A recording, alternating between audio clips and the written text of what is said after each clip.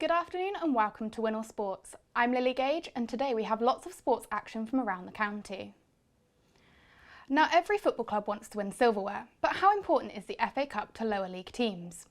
Well, the competition is heading into the second round and some sides are hoping for cup glory and a financial boost, as Joel Marriott explains. The FA Cup is one of, if not the most prestigious cup competitions in the world. It gives lower league clubs the chance to earn money that can keep them afloat. A common phrase used within the competition is the magic of the FA Cup, which refers to lower league sides going on giant killing runs and beating higher placed teams in the league above them.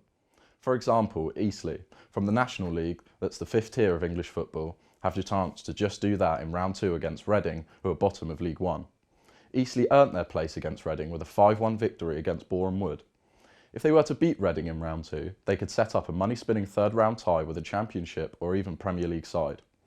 For Eastleigh, competing in the first 2 rounds has already made them £100,000, £41,000 for the Boreham Wood victory, and then a guaranteed another £60,000 for the match on December 3rd at the Silver Lake against Reading, which will be shown on ITV. For the club of Eastleigh's size, the money will go a long way, especially after being declared debt-free by their chairman, Stuart Donald.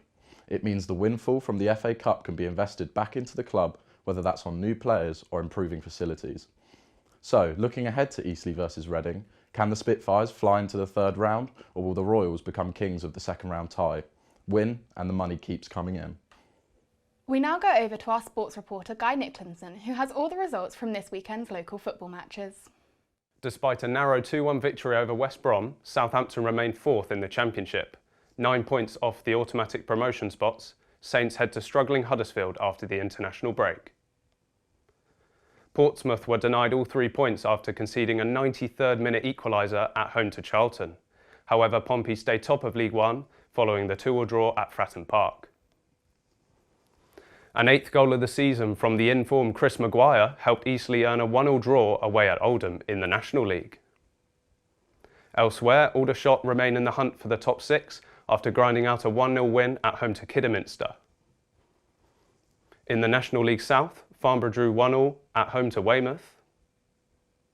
Winchester City won 2-1 at Beaconsfield Town in the Southern League Premier Division, thanks to goals from Ollie Barmer and Jamie Barron. The victory closed the gap on the top 6 to just 5 points. Elsewhere, Basingstoke Town suffered a 4-1 defeat away at Dorchester. Back to you, Lily. A Winchester triathlete has successfully completed the gruelling Ironman Florida event. It's part of a worldwide series where only the fittest take part. Jonathan Redding hopes his achievement will be an inspiration for others. Reese Huggett ran down to track their progress so far.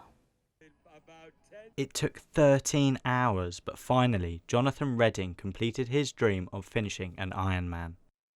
Earlier this month, he flew to Florida to complete a 2.5-mile swim, a 112-mile bike ride, and then a full marathon. He started training here in April and says he couldn't have done it without his local club, Tri-Team Wessex.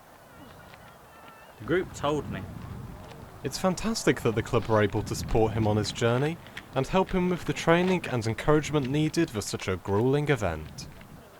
Jonathan went from a complete novice, having only done 1 triathlon previous to joining the club, to completing one of the hardest endurance races in the world.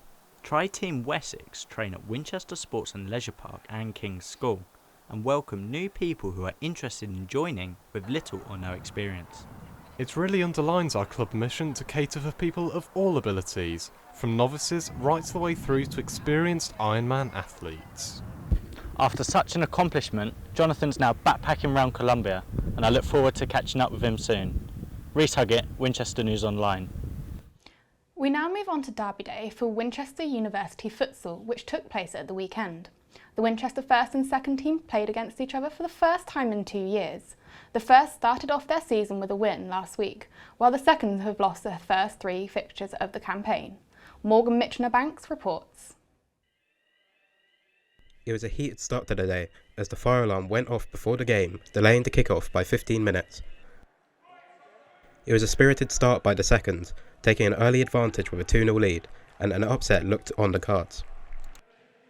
But the first got themselves back into it, scoring 4 in a row with the help of some defensive errors by the seconds. That gave the first team a strong foothold in the game going into half-time. The seconds were able to get one back quickly after the restart, but Samar Pradhan of the first completed his hat-trick to restore their 2-goal lead soon after.